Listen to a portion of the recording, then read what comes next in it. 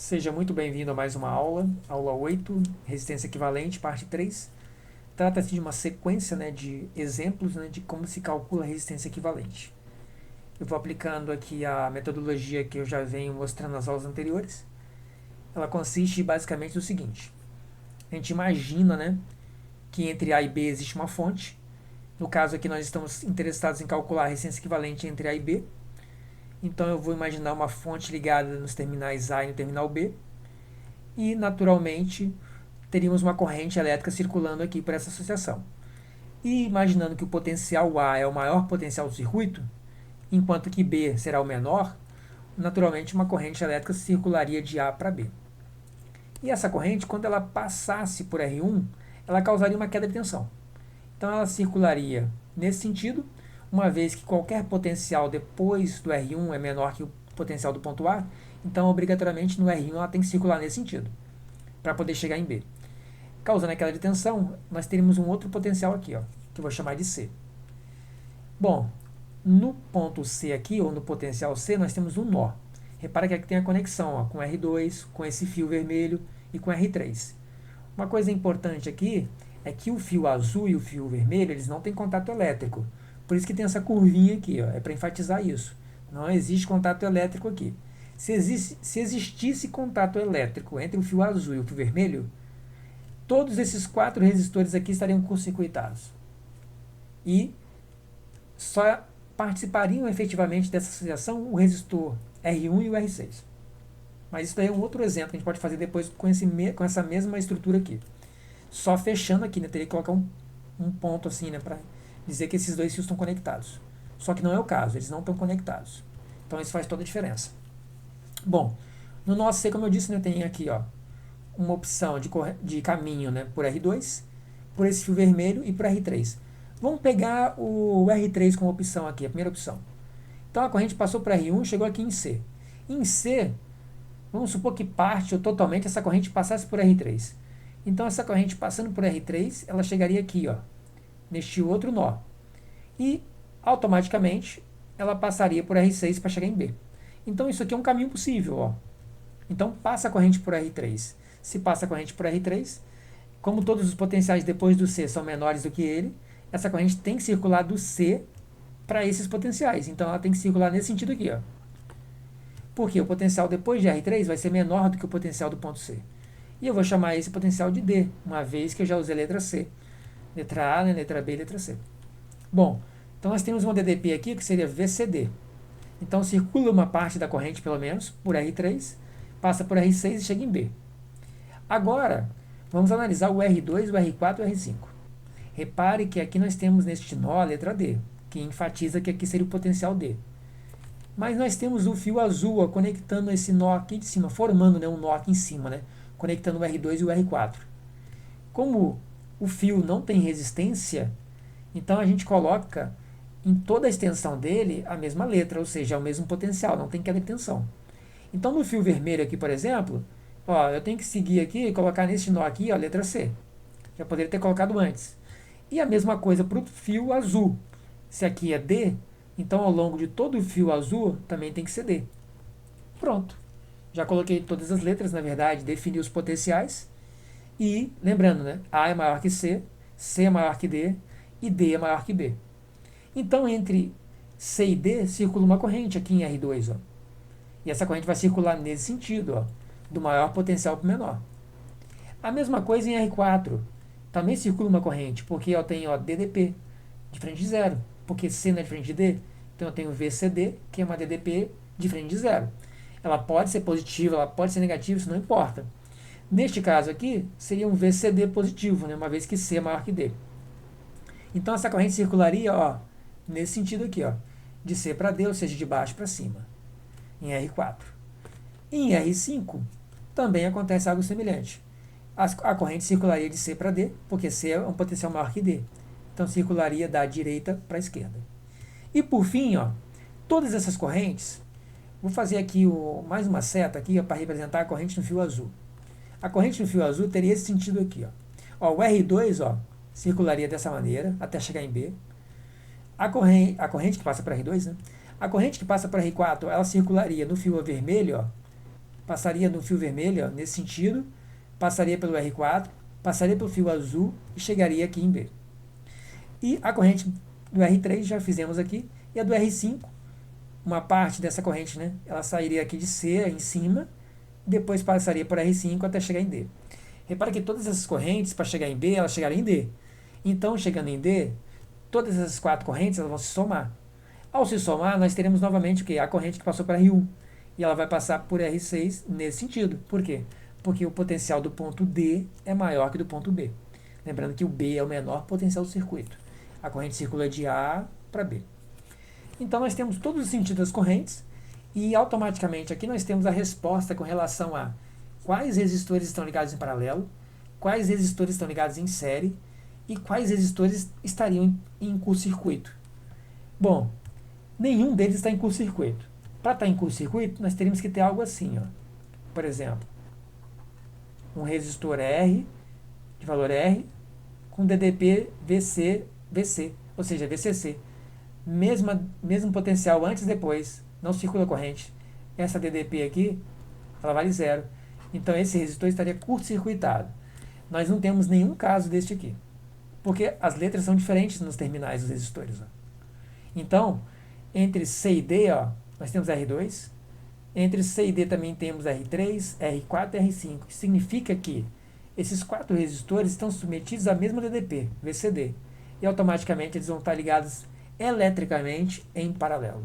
Então R2, R3, R4, R5 estão ligados eletricamente do ponto de vista elétrico em paralelo. Já o R1 e o R6, eles estão ligados do ponto de vista elétrico em série, porque a corrente que passa por R1 é a mesma que passa por R6. Ok? E nós vamos ver depois que de fato eles estão ligados em série, porque o fato apenas da corrente ser a mesma, ter o mesmo valor, não ser a mesma, né? Nesse caso aqui é a mesma, né? Porque toda corrente passou por R1, passou por R6. Mas nós podemos ter um caso em que as correntes são iguais, mas os resistores estão em série. É o que vai acontecer nesse caso aqui, ó. Essas correntes que passam por R2, por R4, R5 e R3, elas vão ter a mesma intensidade para qualquer fonte que você colocar aqui. Porque esses resistores estão em paralelo e eles têm a mesma resistência, o mesmo valor de resistência. Se eles têm o mesmo valor de resistência, as correntes que passam por eles são iguais. Estão ligados em paralelo, mesmo estando ligando em paralelo. A corrente vai se dividir aqui no nó C, mas a mesma quantidade que passa por R2, passa por R3, por R4 e por R5. Este daqui é claro, é um caso particular. As 4 resistências são iguais, valem 16 ohms. Se elas fossem diferentes, as correntes não seriam iguais. Mas como as DDPs são, isso é o que me diz que eles estão ligados em paralelo. Bom, o segundo passo agora é fazer o quê? Redesenhar na horizontal. Então a gente vai pegar a letra A, pegamos a letra A, que é o início, onde a corrente sai, e aonde a corrente chega, a gente põe no final, B. Então a gente faz assim, ó, A e B, na horizontal. E entre A e B a gente coloca as outras letras. Repare que a gente vai seguir a ordem dos potenciais. Ó. Qual é o potencial maior que o maior depois do potencial A? Depois do potencial A, o maior potencial desse circuito aqui é o potencial do ponto C aqui. Ó. Então, ó, depois do A vem o C. E depois do C, qual é o maior potencial? O D. Então põe o D depois do C. E depois do D, o B. Está aqui. Ó. Então você sempre começa com os extremos, ó, bota as letras que são nos terminais aqui, ó, nos extremos, e depois coloca no centro, aqui no meio, né? Vai inserindo aqui entre eles, vai interpolando entre A e B, os potenciais na ordem decrescente, né? C, D no caso aqui. Agora o que a gente vai fazer? A gente vai pegar os resistores deste circuito aqui, desta associação, e transferir para cá, colocando eles todos na horizontal. Vamos começar pelo R1. Então, cada resistor que eu pegar aqui, que você pegar, dá um X nele, faz um X nele, faz alguma marca nele, para indicar que você já pegou ele. E aí você vai fazer a seguinte pergunta. Quais são os resistores que estão ligados entre A e C? Neste caso aqui eu só tenho o R1. Então, entre A e C aqui, ó, vou botar só o R1, ele vale 10 ohms. Aqui eu vou colocar só o valor só. Tem mais algum resistor ligado entre A e C? Não. Se tiver, você teria que colocar aqui, ó, em paralelo com o R1. Mas não tem. Então vamos para o próximo trecho. Qual é o próximo trecho? Ó? CD. Entre C e D, quais são os resistores que a gente tem? O R2, o R3, o R4 e o R5. Horas, mas entre C e D aqui eu só tenho R2. Não, você também tem um CD aqui, ó. Repare que é do ponto de vista elétrico, não é do ponto de vista da disposição física do componente. Então, entre C e D aqui eu também tenho, ó, o R4, o R3 e o R5. Então, esses 4 resistores estão em paralelo. Então, eu venho aqui e coloco eles todos aqui, ó. 1, 2, 3, 4. E cada um deles vale 16 ohms. Bom, entre C e D tem mais algum resistor? Não. Aí você parte para o próximo trecho, que é o último, né? Entre D e B. Entre D e B, qual é o resistor entre D e B? R6. Então a gente vem e coloca o R6 aqui, ó, que vale 2 ohms. Tem mais algum resistor ligado entre D e B? Ou entre B e D, DB ou B e D, tanto faz. Isso não importa. É só olhar as letras. Olha no circuito todo. Não tem? Então acabou. Quer ter certeza? Conta os resistores. 1, 2, 3, 4, 5, 6. 1, 2, 3, 4, 5, 6. Fazendo esse X aqui, você vai ter certeza que você transferiu para cá. Se você quiser colocar também o nome deles aqui, fica melhor ainda. Bom, agora nós estamos com uma associação que é eletricamente a mesma desta. Só que ela é muito mais fácil de entender.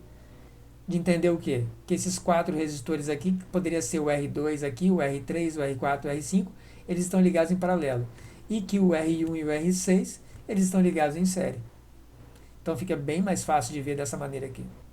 Então aqui é só calcular o paralelo desses 4 resistores aqui, que estão entre C e D. 4 resistências iguais, é só pegar o valor de uma delas. No caso, ali todas são iguais, né? Qualquer uma delas, 16 ohms.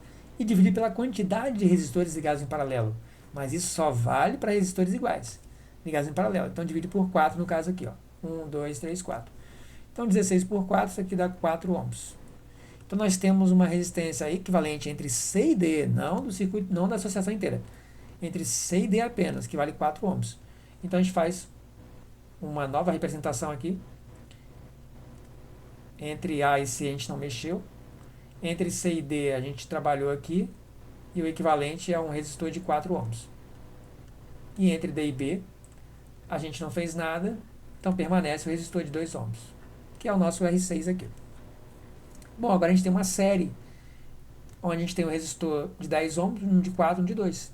Então a resistência equivalente entre A e B vai valer quanto?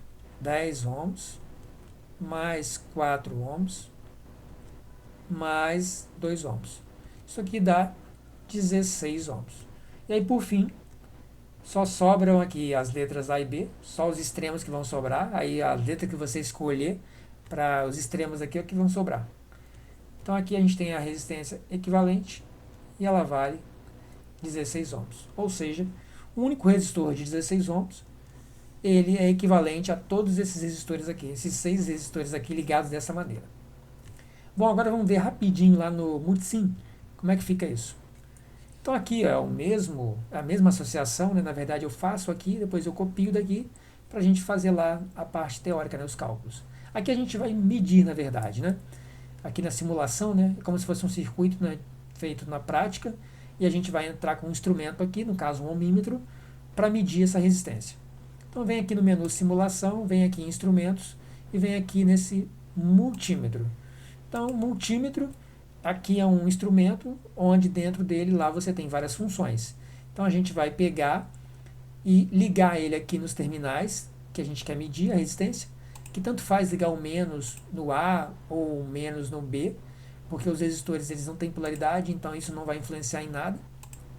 Então a gente já tá ligado aqui no caso o instrumento, os terminais do instrumento, ligados aos terminais da nossa associação.